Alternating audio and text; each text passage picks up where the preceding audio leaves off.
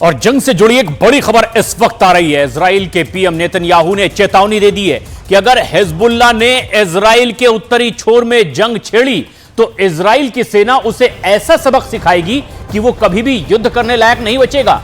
और इतना ही नहीं, नेतन्याहू ने एक के मंत्री ने हमास हिजबुल्लाह के साथ साथ अब तो सीधे ईरान तक को भी बर्बाद करने की सीधी धमकी दे दी है।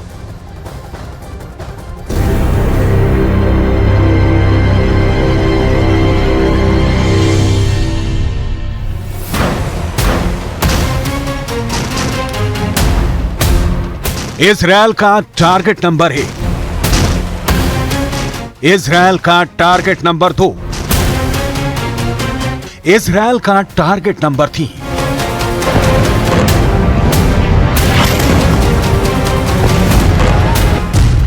गाजा में हमास के खिलाफ शुरू हुई जंग का विस्तार अब हिजबुल्लाह तक हो गया है। हिजबुल्लाह और हमास के साथ ईरान दीवार की तरह खड़ा है और इजरायल का दुश्मन नंबर 1 बना हुआ है। इजरायल के खिलाफ पूरी दुनिया में मुहिम चला रहा है। हमास के गोदाम ईरान के हथियारों से भरे पड़े हैं। वहीं हिजबुल्लाह का बैकबोन भी ईरान है। हमास, हिजबुल्लाह और ईरान की तिकड़ी इजरायल के लिए सबसे बड़ी चुनौती है। इजरायल का दावा है कि वो इस तिकड़ी को तोड़कर दम लेगा।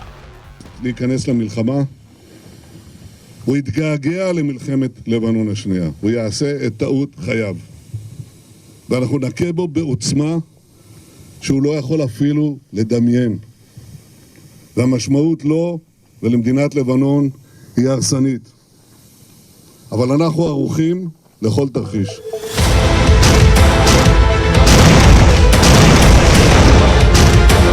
हमास पर रोज बारूद बरसा रहे इजरायल ने अब हिजबुल्लाह के खिलाफ भी जंग छेड़ दी है। सिर्फ यही नहीं, इजरायल सरकार के एक मंत्री ने ऐलान किया है कि इजरायल ने कसम खाई है अगर हिजबुल्लाह हमास के साथ शामिल हुआ तो वो ईरान पर हमला करेगा और ईरान का फन कुचल कर ही मानेगा।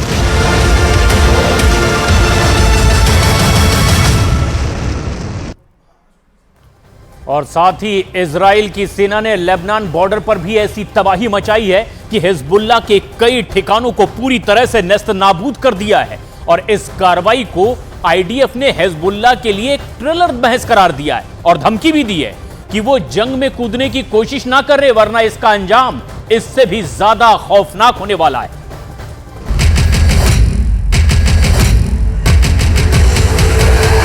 यह हिजबुल्लाह के एक कैंप पर हुई एयर स्ट्राइक का विजुअल है। इजरायल का दावा है कि उसने हिजबुल्लाह के एक ऐसे कैंप पर बारूद बरसाकर खाक में बदल दिया है जहां से इजरायल पर एंटी टैंक मिसाइल से हमला होने वाला था। पूरी तैयारी हो चुकी थी, टारगेट भी सेट थे, लेकिन फायर बटन के दबने से पहले हिजबुल्लाह के उस कैंप पर आसमान से बारूद का पहाड़ टूट पड़ा। Camera 1, camera 2, camera 3, camera 4, camera 5। Israel के हवाई हमले के बाद हिजबुल्लाह के उस कैंप का क्या हाल हुआ, इसे देखने के बाद बताने की जरूरत नहीं है। हिजबुल्लाह का पहला ठिकाना तबाह, हिजबुल्लाह का दूसरा ठिकाना तबाह, हिजबुल्लाह का तीसरा ठिकाना तबाह,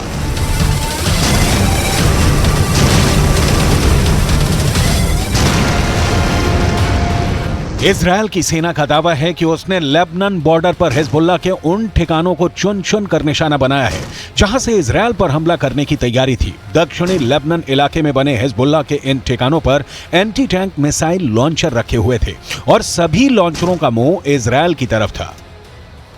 שאתם עושים פה ומה ששמעתי עכשיו מהמפקדים שלכם זה דבר חשוב מאין כמוהו. אתם הורגים אנשי חיזבאללה שמנסים לתקוף את קו החזית שלנו. אני לא יודע עכשיו, כשאני נמצא איתכם, אני לא יכול להגיד לכם כרגע אם חיזבאללה יחליט להיכנס בצורה מלאה למלחמה. आईडीएफ का कहना है कि लेबनान से इजरायल की ओर आ रहे एक ड्रोन भी रास्ते में ही मार दिया गया है। इजरायल ने यह काम अपने असरदार आयरन डोम से किया है। हिजबुल्लाह इजरायल का बहुत बड़ा दुश्मन बना हुआ है। वो बार बार इजरायल पर मिसाइल और रॉकेट से हमले कर रहा है। हिजबुल्लाह के उप नेता शेख नईम कासिम की तरफ से बहुत ही खतरनाक बयान सामने आया है।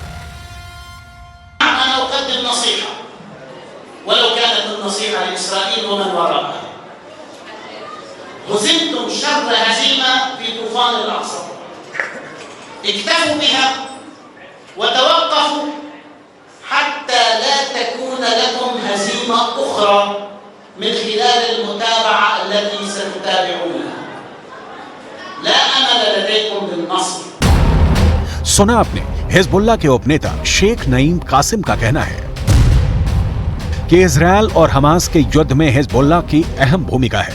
अगर जमीनी युद्ध छिड़ा तो हिजबुल्लाह ही असली जंग लड़ेगा। ग्राउंड अटैक की इजरायल को भारी कीमत चुकानी होगी। हिजबुल्लाह के उपनेता शेख नईम कासिम का यह बयान उस वक्त आया है जब इजरायल पर हिजबुल्लाह के कैंपों से रॉकेट और मिसाइलें दागी जा रही थी। जवाब में दक्षिणी लेबनान बॉर्डर पर हिजबुल्लाह के कैंपों को इजराइल हवाई हमले कर मिट्टी में मिला रहा है। इजरायल लेबनान बॉर्डर पर तनाव चरम पर है। 7 अक्टूबर के बाद हिजबुल्लाह भी इस युद्ध में अभी छोटी छोटी झड़पें हो रही हैं, शामिल हो गया और लेबनान में हिजबुल्लाह के खिलाफ इजराइल ने अपना फ्रंट यहां से खोला हुआ है। ये उत्तरी फ्रंट है जहां लेबनान और हिजबुल्लाह के खिलाफ इजराइल की सेना है। दक्षिणी फ्रंट जहां हमास के खिलाफ गाजा में इजराइल हमला कर रहा है। तो ये तस्वीरें एक बार फिर 360 डिग्री से एक बार दिखा दीजिए करम, किस तरह के लोकेशन पे है। ये लोकेशन यहाँ ऊंचा है, लेकिन अगर आप थोड़ा सा कुछ मीटर आगे जाएंगे तो वहां से लेबनान का लोकेशन थोड़ा सा स्ट्रेटेजिकली, वो क्योंकि ऊंचाई पे है, हमें जो जानकारी जितना हमने जाना है, लेकिन इजराइल की सेना जो है वो यहाँ तैनात है ताकि अगर पूरी तरह से नॉर्दर्न फ्रंट खुल जाता है तो यहाँ भी वो लड़ाई कर सके। और बार बार इजराइल की सेना की तरफ से ये बता दिया गया है कि अगर हिजबुल्लाह बहुत ज्यादा मिसाइल से हमले करता है तो इजराइल भी पुरजोर जवाब देगा। अब तक कुल 10 आतंकवादियों की मौत हो गई है हमले में, लेकिन हिजबुल्लाह की तरफ से जो रॉकेट दागे गए हैं उसमें इजरायली नागरिकों की भी कुछ जान गई है। इजरायल के वित्त मंत्री निर बरकत ने अपने एक बयान में हमास के साथ साथ हिजबुल्लाह और ईरान तक को सीधी धमकी दी है। हिजबुल्लाह अपने जिन जिन ठिकानों से हमला करेगा उसे इजरायल की सेना नेस्तो नाबूद करा देगी। इजरायल के वित्त मंत्री यहां तक बोल गए कि हिजबुल्लाह अगर हमास के साथ मिलकर युद्ध शुरू कर दिया तो हमास और हिजबुल्लाह के साथ इन दोनों के आका ईरान तक जाएंगे। इजरायल के वित्त मंत्री निर बरकत ने अपने बयान में कहा है कि हम सिर्फ उन मोर्चों पर जवाबी कार्रवाई नहीं करेंगे बल्कि हम सांप के सिर तक जाएंगे जो कि ईरान है। इजरायल के दुश्मनों को बहुत स्पष्ट संदेश है, देखिए गाजा में क्या हो रहा है, अगर आप हम पर हमला करेंगे तो आपके साथ भी वैसा ही व्यवहार किया जाएगा।